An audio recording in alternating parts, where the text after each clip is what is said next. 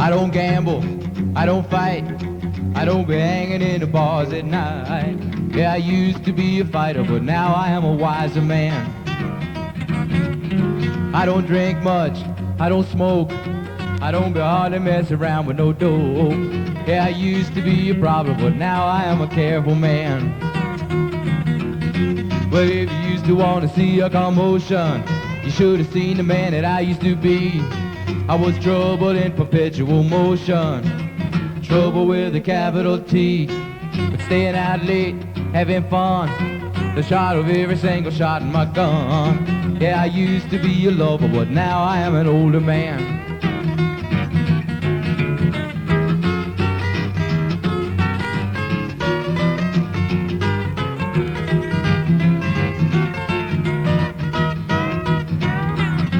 Well, if you used to want to see a commotion, you should have seen the man that I used to be. I was trouble in perpetual motion, trouble with a capital T. Staying out late, having fun, the shot of every single shot in my gun. Yeah, I used to be a terror, but now I am a tired man. Yeah, I used to be a terror, but now I am a tired man.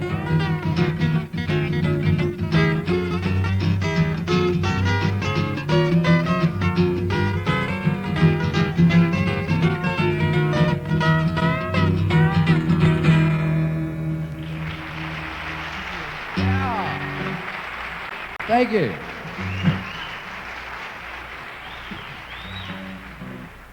Thank you very much. It's really nice. I'm in from Fargo, North Dakota today, which is an interesting town. We played a school last night where everybody majors in chainsaw repairs. And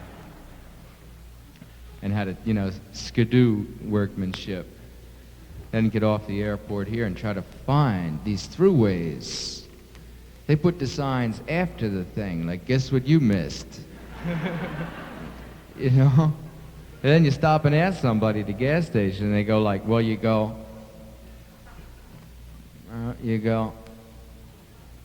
get there from here. Doing that gets to be weird, but here we are.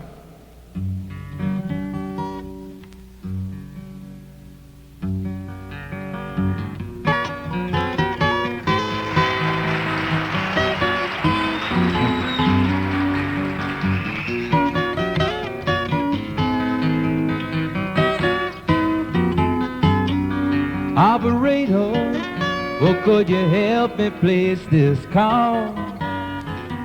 You see the number on the matchbook is old and faded. She's living in L.A. with my best old ex-friend Ray. Gosh, she said she knew well and sometimes hated. Isn't that the way they say it goes?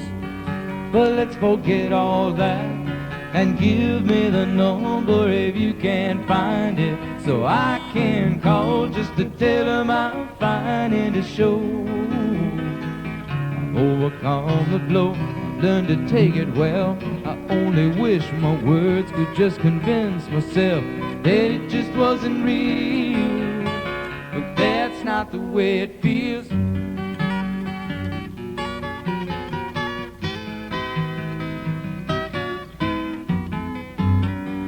Operator, well, could you help me place this call? 'Cause I can't read the number that you just gave me.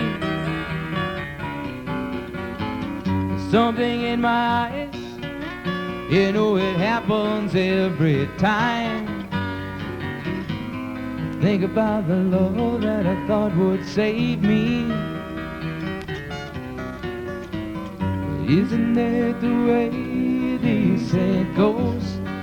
Well, let's forget all that and give me the number if you can find it, so I can call just to tell them I'm fine and to show I've overcome the blow. I've learned to take it well. I only wish my words could just convince myself that it just wasn't real. But that's not the way it feels. No, no, no, no. That's not the way it feels. Operator, oh, let's forget about this call. There's no one there I really wanted to talk to. So thank you for your time. Oh, you've been so much more than kind. You can keep the dime.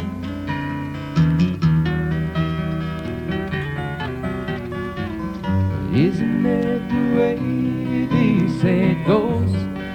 But let's forget all that and give me the number if you can find it, so I can call just to tell them I'm fine and to show I've overcome the blow. I've learned to take it well.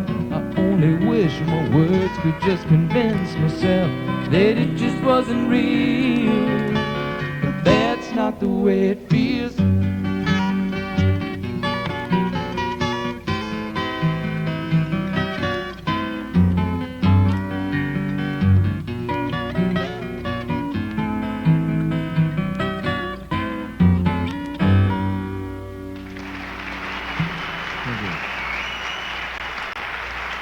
Thank you very much.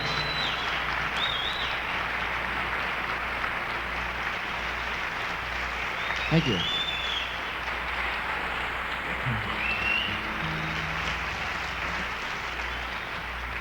Thank you.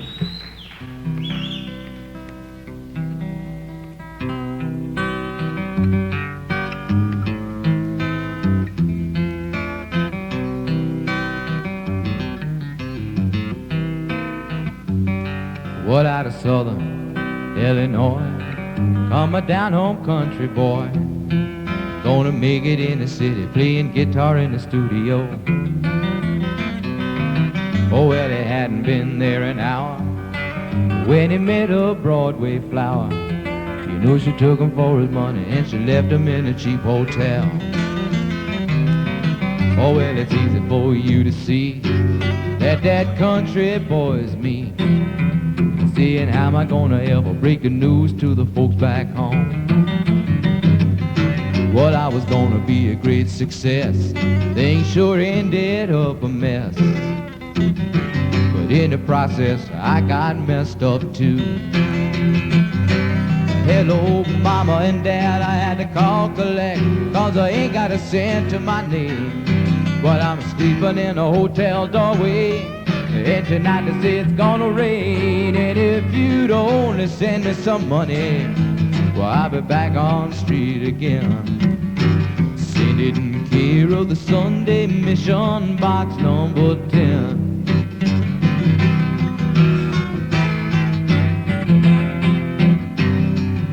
Well, back in Southern Illinois, they still worrying about their boy. His boy going home soon as he gets the fare. Because as soon as I got my bread, I got a pipe upside my head. You know they left me in an alley, took my money and my guitar too. But hello, mama and dad, I had to call collect, 'cause I ain't got a cent to my name. But I'm sleeping in a hotel doorway, and tonight they say it's gonna rain. And if you'd only send me some money, well, I'll be back on my feet again. Send it in care of the Sunday Mission, box number 10.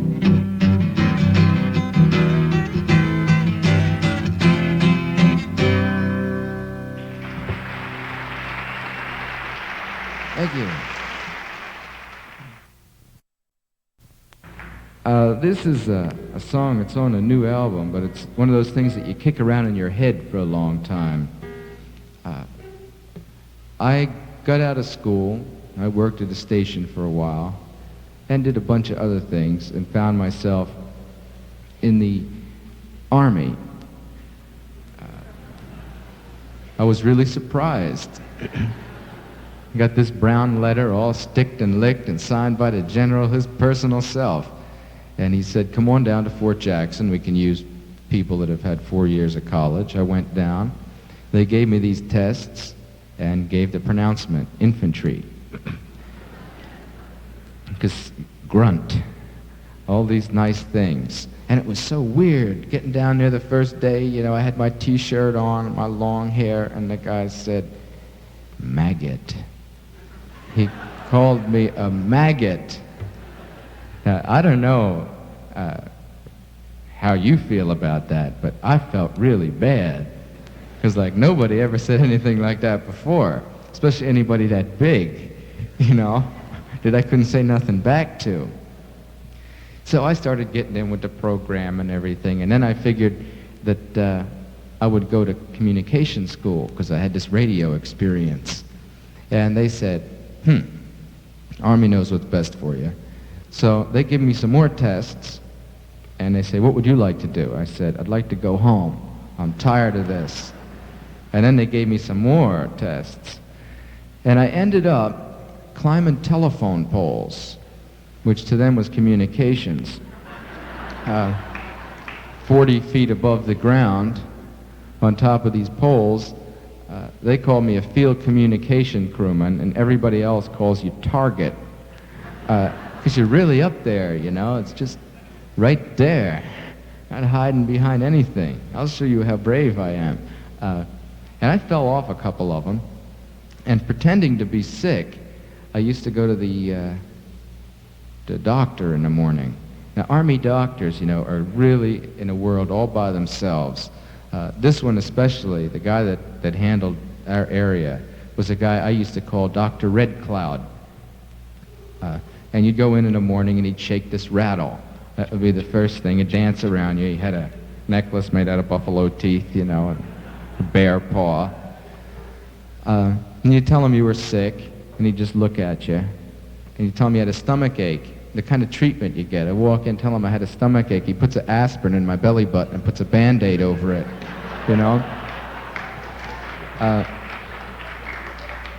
And it was weird, but those kind of experiences, built up with a few other ones, just kind of primed. I started thinking about this. And then out in a rifle range, one day I almost sat on a little snake, a rattlesnake. Because I'm from the city, you know, like I don't know anything about those things. I mean, I've seen Walt Disney movies and stuff, but I mean, like a rattlesnake, a real live rattlesnake, and me being the one that's going to sit on it, has made an impression again for the rest of my life, thinking if I had sat on it, you know, where would I have tied the tourniquet? You know? I suppose I would have found out who my friends were, too. Everybody sitting around saying, you're going to die, mother. Me being in a whirl. But all these things, like, I don't worry about those things anymore. I wrote a song about just the attitude in general, called A Good Time Man Like Me Ain't Got No Business Singing the Blues.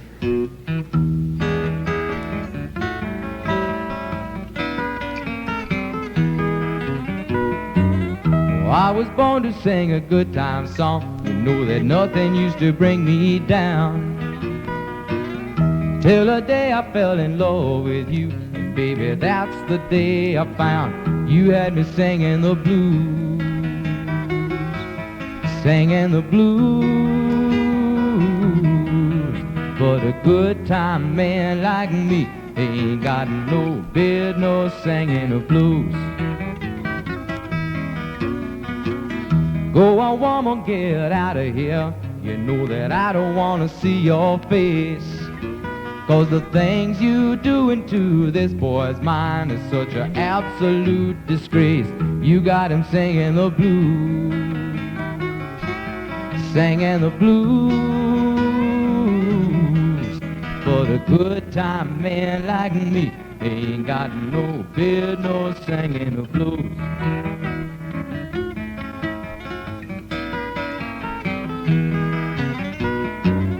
Never gonna fall in love again. You know I learned my lesson well.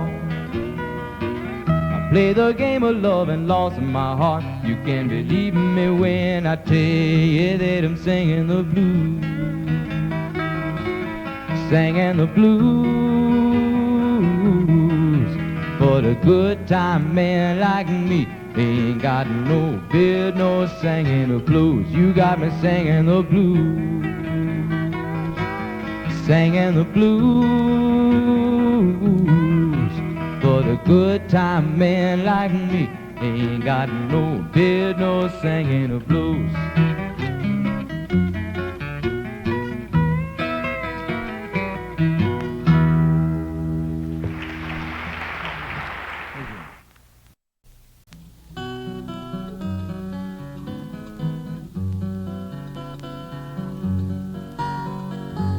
Snowy nights and Christmas lights, icy window panes make me wish that we could be together again.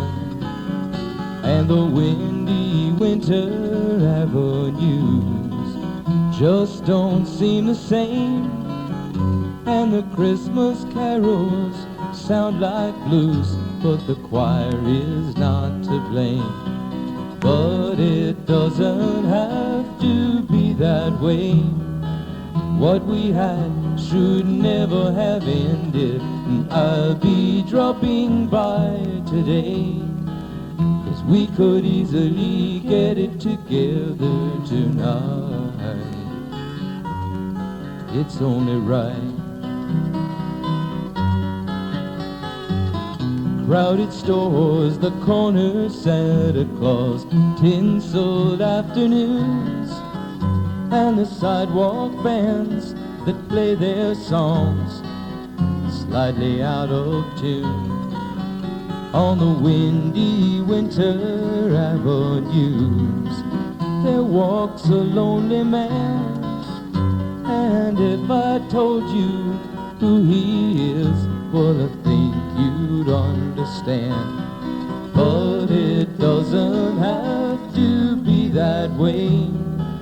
What we had should never have ended, and I'll be dropping by today, 'cause we could easily get it together tonight.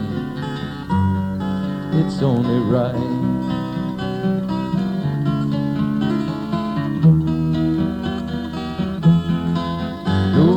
Doesn't have to be that way.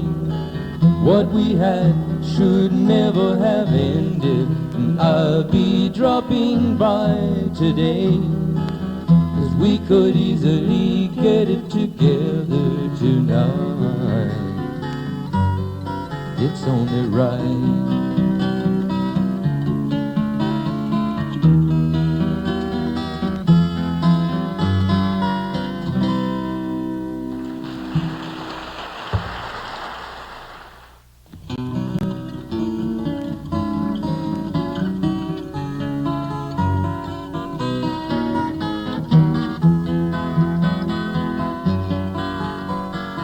If you get to feeling all alone when your good time friends have all got up and gone, don't come knocking around my door, because I've heard your lines before.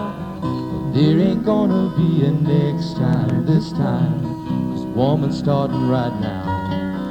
I'm gonna forget your name and your pretty face, girl, write you off as a bad mistake. You know that some women, they are lovers, and some just got no sense. But a woman like you ought to be ashamed of the things that you do to men. And if you get to feeling all alone when you find that you can't make it on your own, don't come knocking around my door. You see, I've seen your act before. There ain't gonna be a next time, this time, 'cause woman's starting right now. I'm gonna forget your name and your pretty face, girl, and write you off as a bad mistake. You know that some women, they are lovers, and some just got no sense. But a woman like you ought to be ashamed of the things that you do to men.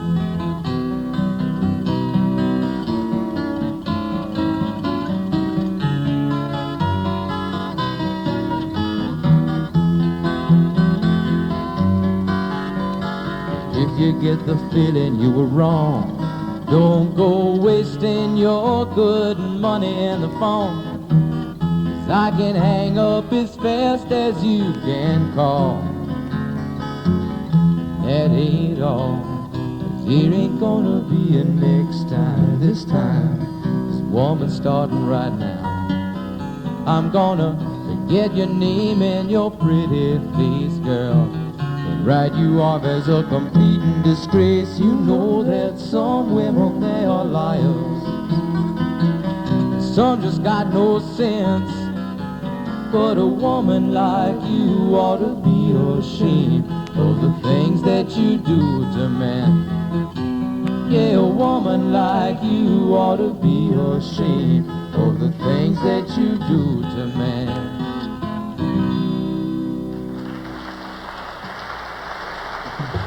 Thank you.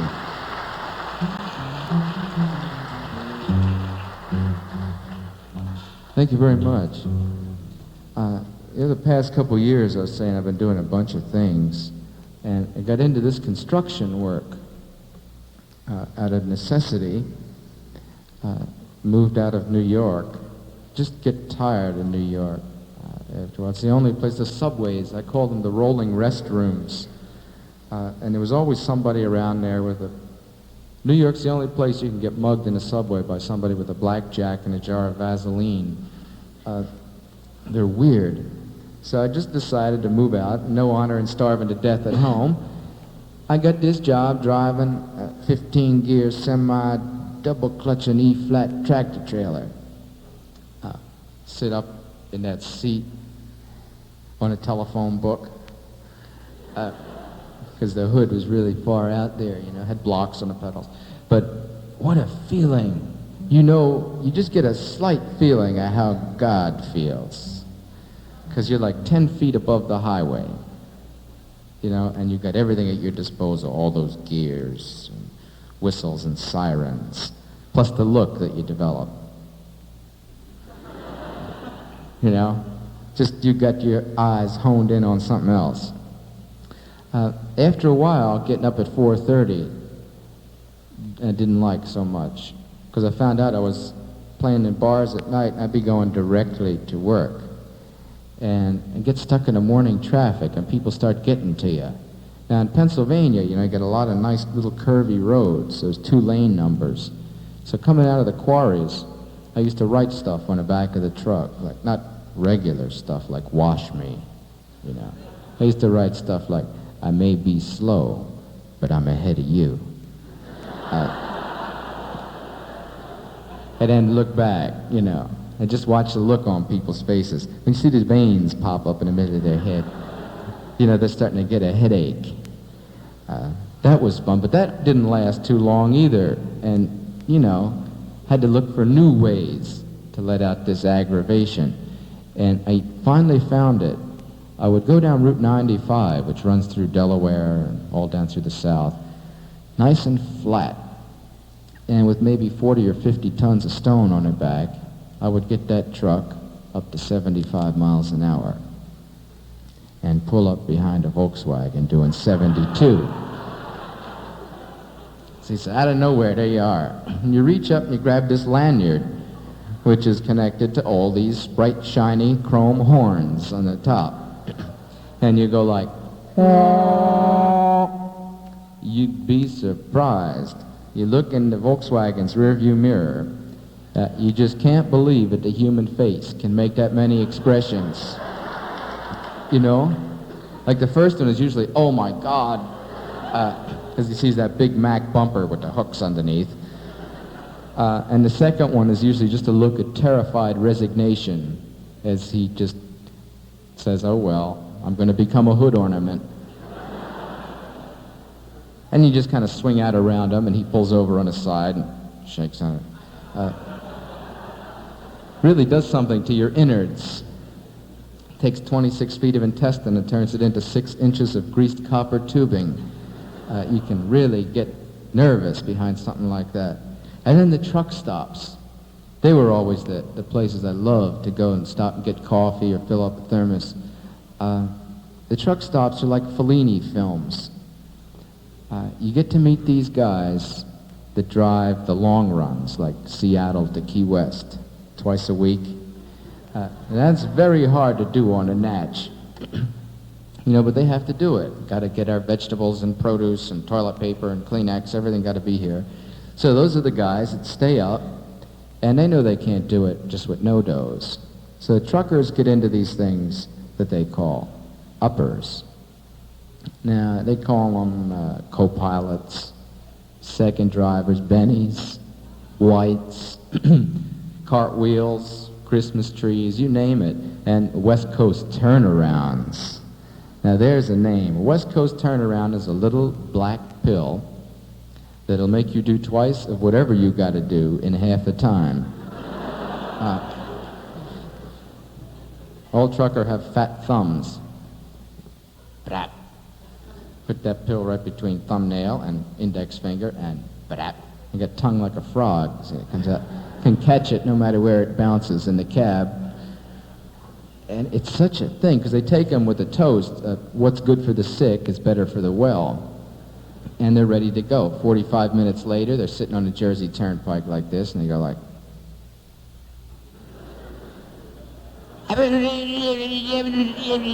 talking at 78 to the windshield, all the way across the Great Plains. And that's what the West Coast turnaround's about, because you take one in New York, drive to L.A., and turn around and drive back.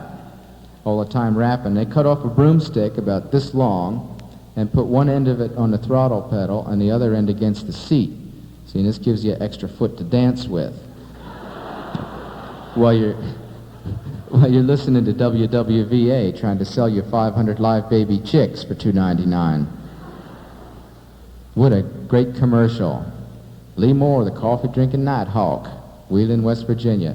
And 500 live baby chicks is a great gift. If you're thinking about anybody in a negative way, them getting 500 chickens in a soggy bottom box is really something. If you send in early, you get a country and western tablecloth with Loretta Lynn's picture on it. You get a Bible calendar, tells you what day of the week your birthday's going to fall on for the next 2,500 years. And if you're among the first 150, you get an autographed picture of the Last Supper. And this is a thing called Speedball Tucker. 1, 2, 1, 2, 3, 4. I drive a broke-down rig on Maypipe tires, 40 foot of overload. A lot of people say that I'm crazy because I don't know how to take it slow. I got a broomstick on the throttle. I got to rub it up and hit right down. Non-stop back to Dallas, popping them West Coast turnarounds. Oh, and they call me Speedball Tucker, terror of the highway. And all them other truckers will tell you that the boy is mad. You be driving in a rig like that.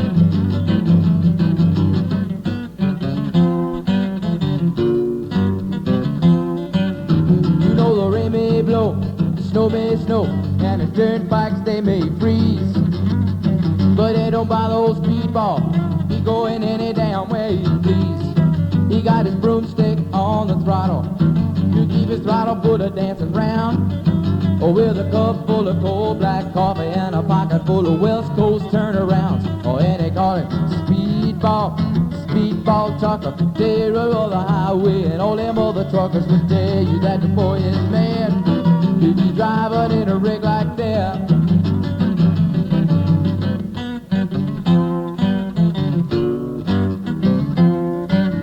One day I looked into my rearview mirror, coming up from behind. There was a Georgia State policeman and $100 fine.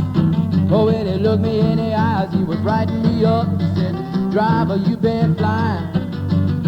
'Cause 95 is the route you were on. It was not the speed limit sign. Oh, and they call me Speedball, Speedball Tucker, terror of the highway. And all them other truckers would tell you that the boy is mad. He's driving in a rig like that. Yeah, they call me Speedball, Speedball Tucker, terror of the highway. And all them other truckers would tell you that the boy is mad. He's driving in a rig like that.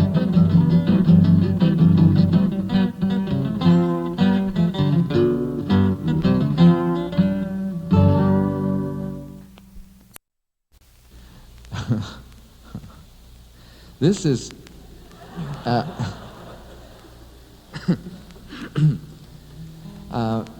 it's a thing that was written back in the 50s by Lieber and Stoller, who wrote all the songs for the Coasters. I remember the Coasters. I'm originally from South Philadelphia, and the American Bandstand show drew all of its talent from South Philadelphia, all the kids that would go down there with their pointy shoes. We used to call them fence climbers, because you could stick them in a cyclone fence and just do everything but walk on water with those things. Yeah, the Coasters are really something. Used to have a lot of fun listening to them, and it just carried me to such a point that after I got out of college, I went to work for a radio station where I was writing commercials for a big soul station in Philadelphia. And I was always inspired by the Coasters' attitude toward things. Somehow it leaked into my commercial writing. And the last commercial I wrote, before they told me, was during the Summer of Love, when, for some weird reason, they decided to put on a half an hour of Indian music every night on the soul station.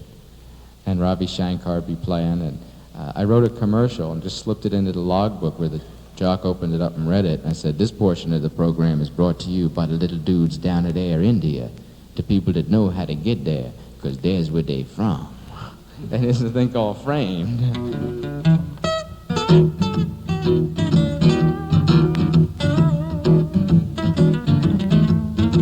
Well, we're walking down the street, kind of minding my own affairs, when a policeman come up to me, kind of unawares. He says, "Your name, Jim?" I said, "Why, sure." He says, "What you know, buddy? You the man that we've been looking for." I said, "No, I ain't. I'm being framed." "Well, don't you know that I'm being framed?" My comment is, I never be doing nothing wrong, but I always get the blame. I get framed. Well, he took me down the lineup, let the bright lights shine. There were 9 other poor souls with me standing up there in that line. But I had the feeling I was a victim of somebody's evil plan. 'Cause this woman come up to me, she says, "That's Skinny when he's a man." I said, "No, I ain't. I'm being framed." "Well, don't you know that I'm being framed?" My comment is, I never be doing nothing wrong, but I always get the blame. I get framed. Well, then the prosecuting attorney started prosecuting on me, jumping up down and pointing his finger, give me the 3rd degree. He said, "Where were you on the evening of October 29th?" I said, "I was down at Tootsie's." He says, "Judge, that man's lying." I said, "No, I ain't. I'm being framed." "Well, don't you know that I'm being framed?" My comment is, I never be doing nothing wrong, but I always get the blame. I get framed. Well, I denied the charges of carrying that big old 44. And I even denied the charges of robbing that liquor store. And I denied the charges of being drunk and disorderly too. But when the judge said, "Stand up, son," well, I staggered to my feet. And I stumbled. And I fell. And my gun went off and blew a hole in the bottom of my boot. And I said, "Judge, Judge, hey, Judge, I'm being framed."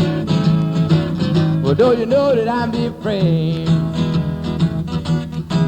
My comment is, I never be doing nothing wrong, but I always get the blame. I get framed. My comment is, I never be doing nothing wrong, but I always get the blame. I get framed.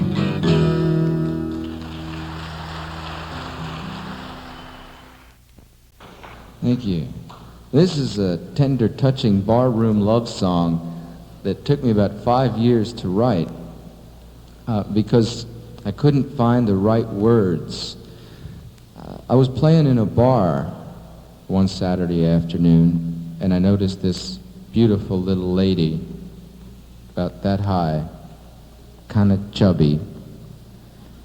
And my rule of thumb is, at 350 pounds, you're a person. At 400, you become a place. Well, she was hanging in there. And I noticed right after I'd gotten finished singing Okie from Muskogee, she was clapping real hard, and this part under her arm was shaking back and forth. And I got excited.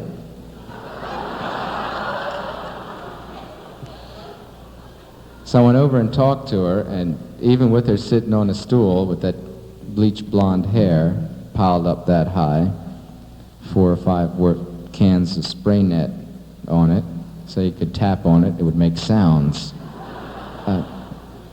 Great lady. It looked like one of those hats that you see a drum majorette wear, or the Pope. Now the Pope has a hat. He's got that ultimate hat. But she had a hairdo that looked like that. The only thing she was missing was the great big message ring that you can send things in code. Pope to Cardinal, Pope to Cardinal. But I wanted to really write a song about this lady because I fell in love. And I started talking to her, and I asked her if I could buy her something to drink, and she said, sure. And I bought her a shot and a beer. That's, back home we call them Boilermakers. That's just a straight shot of whiskey and a glass of beer. The little one builds a fire and the big one puts it out. They're just such a great drink if you like to fall down. Really nice. But I found out that she used to be in a roller derby, and she came from Texas. So I said, man, well, this is it. I got to write a song about this lady. And then her husband came in. He was a state trooper. Just gotten off duty, comes in his straight-together, nice gray uniform with his gray Smokey the Bear hat. Takes it off, and the first thing I see that just kind of makes me bristle is that haircut that looks like a drill instructor. Felt-tip pen. Tennis ball, egg with teeth, anything you want to call it. He had one of them. And then I looked in his eyes as the introduction was made, and I saw the back of his head. It wasn't too much inside. I'm sure if they gave him an IQ test, he'd come up somewhere between a beet and a cabbage. But that's par for the course. And not wanting to offend the man, and then have him filing the report while I fired 3 warning shots into his head, I said to myself, Sal, better go easy with this. And I couldn't find the words, and then I started doubting myself. I said, 4 years of college, creative writing, English literature, philosophy, psychology, theology. I get out and I'm totally prepared for life in the 12th century.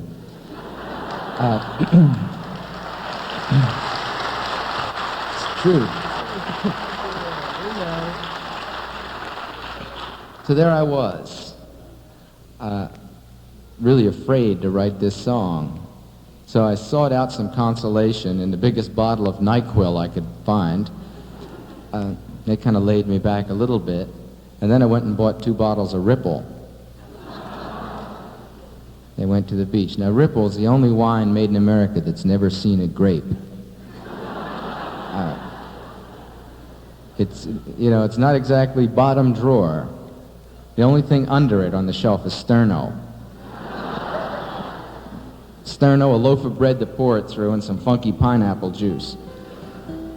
And I drank 2 quarts of that, and like 27 million years of evolution just went whoop, and I was right down on my knuckles, like pointing and grinning, all the things that the early primates did. Lost control of my thumb. I really believed in Darwin that day.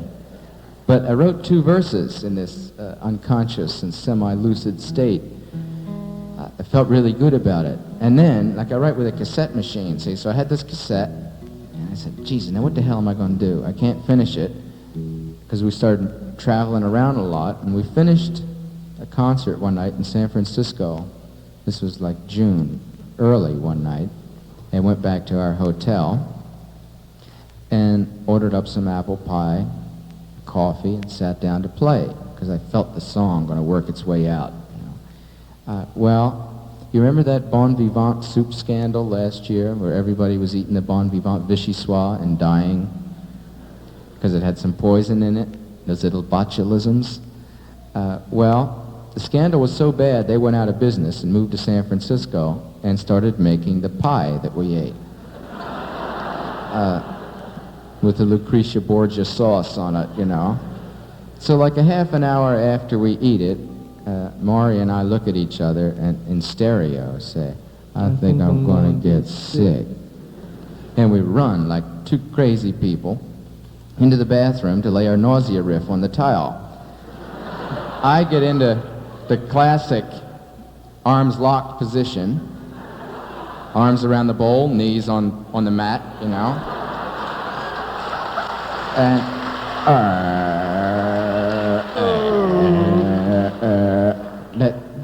that's the great equalizer. That experience is something that everybody has. There's no generation gap. There's no difference in time. It's like just, you know, everybody pees in the pool, too. Well, sure enough. And Maury, of course, had eaten more of the pie, having a stronger stomach, so he got to sink in the bathtub. And we're getting calls all night long from the front desk saying, excuse me, sir, you're not allowed to have seals in the room. I said, that's no seals, that is us. Just tossing, doing a ridiculous vomiting thing. And we're laughing too, you know, because I mean, you don't vomit at the same time, and there's nothing funnier than watching somebody throw up. You know, because everybody does it different. He does it wrong. Yeah. Man, so I'd like to rip the toilet off the floor by the time the morning came. And it was really weird because, you know, we don't usually stay in places where there are any girls. You think they'd put us in a hotel near an airport where there's stewardesses checking in. No. They put us at the geriatric towers where there's a convention of 80-year-old women with blue hair walking around with ear trumpets. But the next morning, you know, thinking that we're both going to die, we said some nasty things to the room service people, and then I finished a song, which I thought would be a legacy. And I don't do it around Philadelphia, because I know I could be easily killed by this person's husband. It's just called I Fell in Love with the Roller Derby Queen.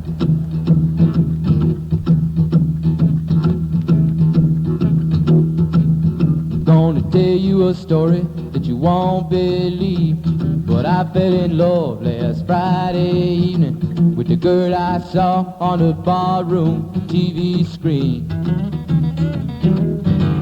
Well, I was just getting ready to get my hair when she caught my eye, and I put it back, and I ordered myself a couple of more shots and beers.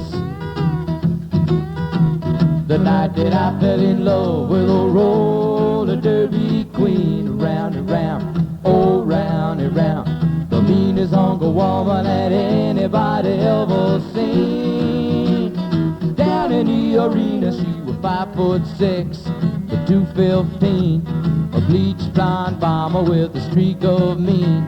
She knew how to knuckle and she knew how to scuffle and fight. And a roller derby program said that she was built like a refrigerator with a head.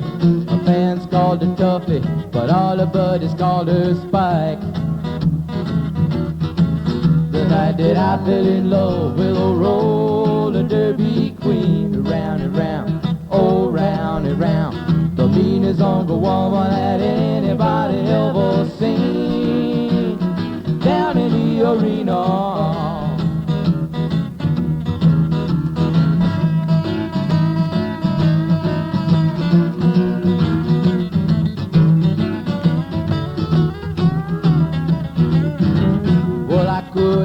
not help it but to fall in love with this heavy-duty woman I've been speaking of. Things were kind of bad until the day she skated into my life. Well, she might be nasty, she might be fat, but I never met a person who could tell her that. She's my bleach blonde bomber, my heavy-handed hack-a-sack mama.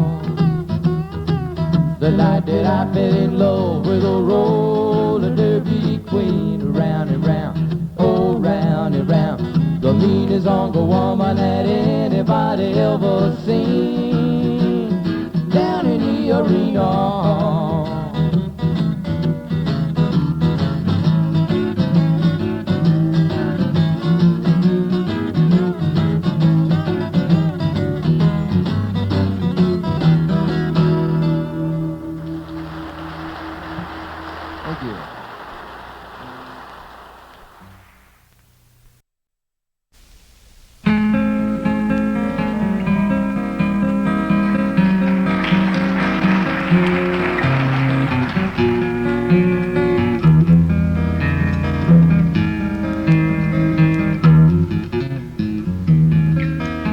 Things were spinning round me, and all my thoughts were cloudy, and I had begun to doubt all the things that were me. Been in so many places, you know I've run so many races, looked into the empty faces of the people of the night, but something is just not right. And I know that I gotta get out of here. I'm so alone. Don't you know that I gotta get out of here? 'Cause New York's not my home.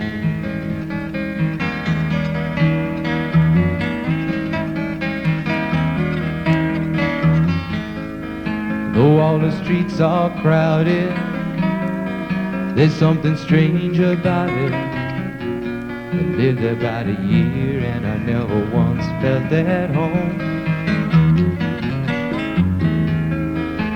Thought I'd make the big time. I learned a lot of lessons awful quick, and now I'm telling you, they were not the nice kind.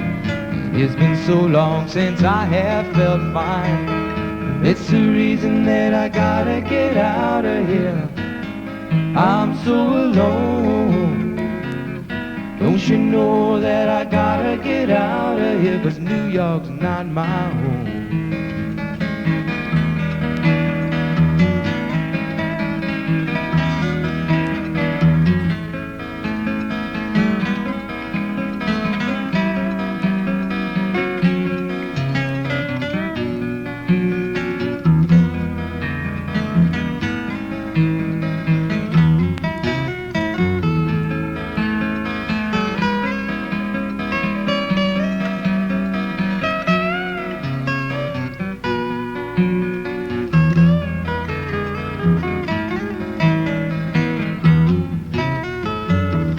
It's the reason that I gotta get out of here.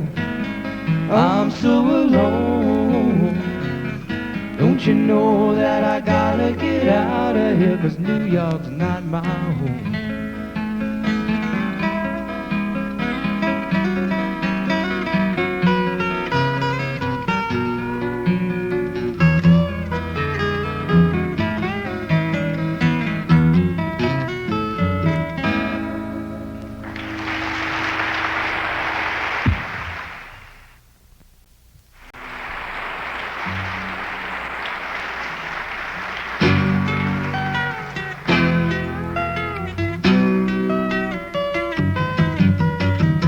We've been running away from something we both know. We've long run out of things to say, and I think I better go. So don't be getting excited or when you hear that slamming door, 'cause there'll be one less set of footsteps on your floor in the morning. And we've been hiding from something that should have never gone this far. But after all, it's what we've done that makes us what we are. And you've been talking in silence, well, if in silence you adore, well, there be one less set of footsteps on your floor in the morning. Well, there be one less set of footsteps on your floor, one less voice a talking, and one less pair of jeans upon your door, one less man to walk in. But tomorrow's a dream away, and today has turned to dust. Your silver tongue has turned to clay, and your golden rule to rust. If that's the way that you want it, well, that's the way I want it more. 'Cause there be one less set of footsteps on your floor in the morning.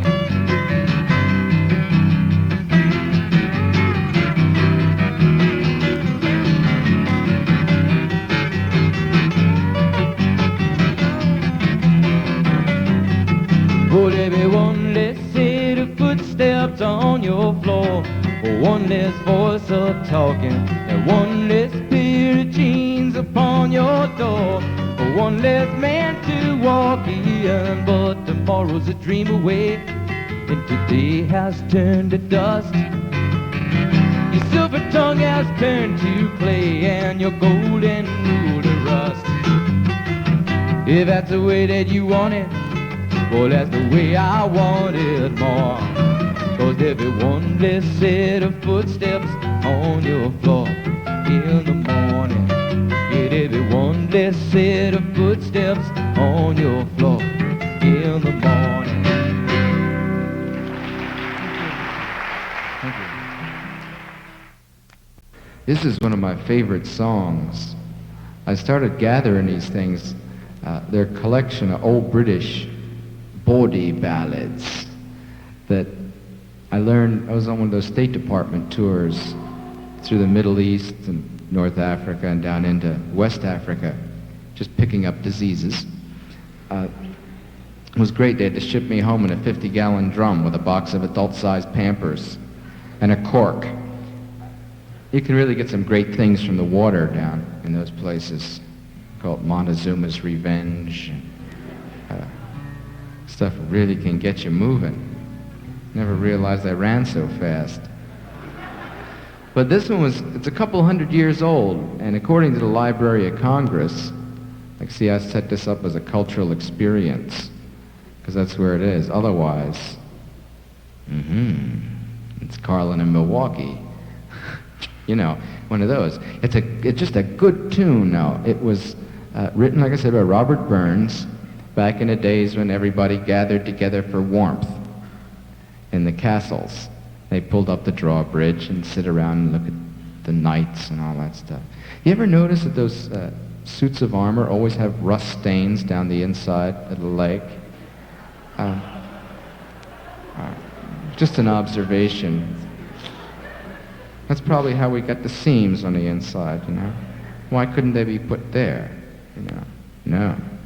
But they had the old suits of armor. What happened was that at this party they had, everybody in the town got together. They pulled up the drawbridge so nobody get in any kind of trouble. And the girls in those days are wearing those long skirts with Ken underwear. Ken underwear. You have to catch that. It's a cultural thing. It's Old English or Scot for no underwear. So the guys got these rose hips, which are a very good natural source of vitamin C, but also in their natural state they got a lot of fuzz on them. They threw these seeds on the ground, and as the fiddler was playing, the girls were dancing, and they kicked the seeds up under the dress and started to itch. Now, the next thing that happens is somebody got an aphrodisiac, a love potion, and put it into the punch. So about 45 minutes later, everybody's looking at each other with these lean and hungry eyes. You know, who's going to be the recipient of my long-anticipated glee? and they start touching one another and loving one another. And somebody put a divot, they put the oil lamp out, and as legend has it, what happened then was an orgy of such great magnitude that 40 acres of corn were completely flat. And this is the ball of Kerrymuir, this great famous old song. 24 virgins come down from Inverness, and when the ball was over there were 24 less, singing a balls dear, but now your ass against the wall. If you never been had on a Saturday night, you never been had at all. Isn't it cultured, you know? There was doing in the parlour, there was doing on the stones, but you couldn't hear the music for the wheezing and the groans, singing a the but your ass against the wall. If you never been had on a Saturday night, you never been had at all. Aren't the images great? Oh, the undertaker, he was there, all wrapped up in a shroud, swinging from the chandelier and peeing on the crowd, singing a balls to your partner, your ass against the wall. If you never been had on a Saturday night, you never been had at all. I'm doing editorial revision like a crazy man up here, trying.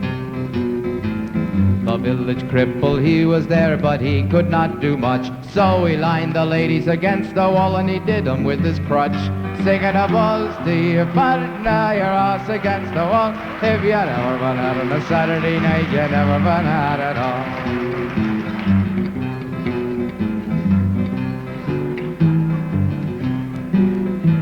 Miss Mary McPherson was standing way up front, some posies in their hands and a carrot, singing a balls to your partner, your ass against the wall. And if you never been out on a Saturday night, you never been out at all. It's amazing how everybody's got a bit of the poet in them, you know? And these verses have all been passed down by oral tradition. So I'm working on a new verse having to do with the cordless vibrator, a device of our times. And we were in Amsterdam not long ago and got a chance to see the new 73 models that hold 4 batteries. They look like a nightstick, but they have 3 speeds, like a blender, you know? Slow, medium, and oh my God!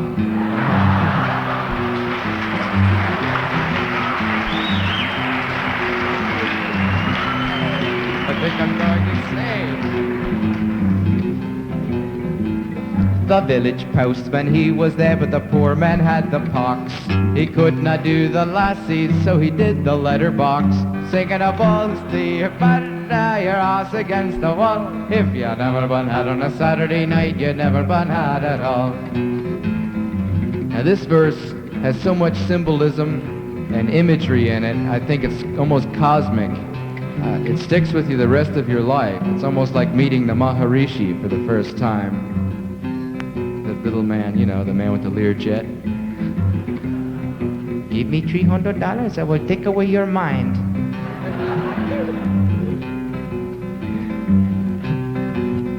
Here it comes, the mystical verse. Those of you that go on and pursue careers in art and illustration are always going to think about this and try to draw it. The village magician, he was there, he gave us all a laugh. He pulled his foreskin over his head and he vanished up his ass, singing a balls to your partner, your ass against the wall. If you never been out on a Saturday night, you never been out at all.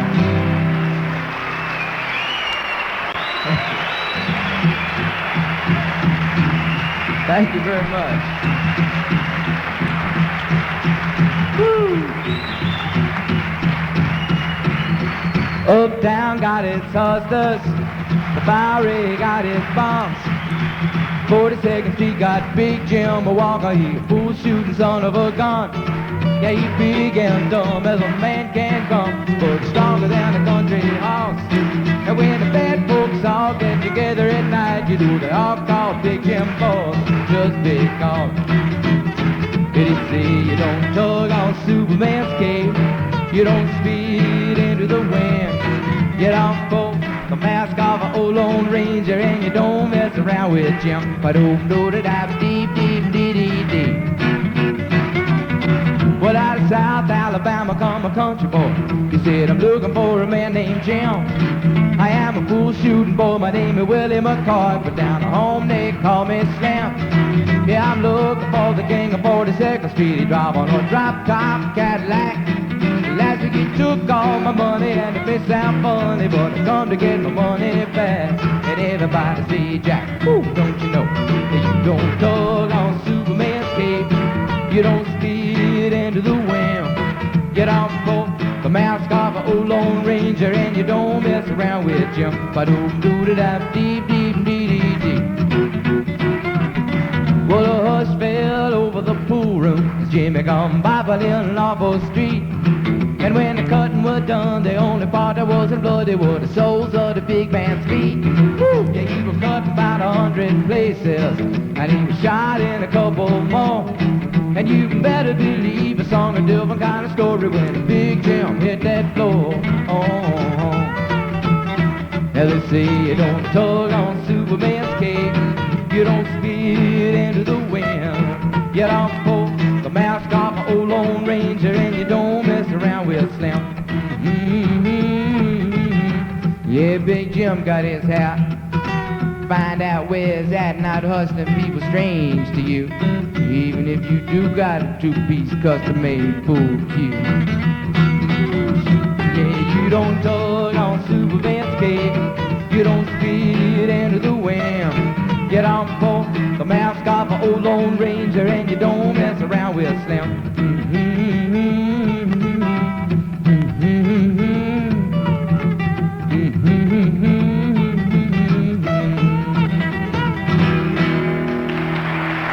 Thank you very much.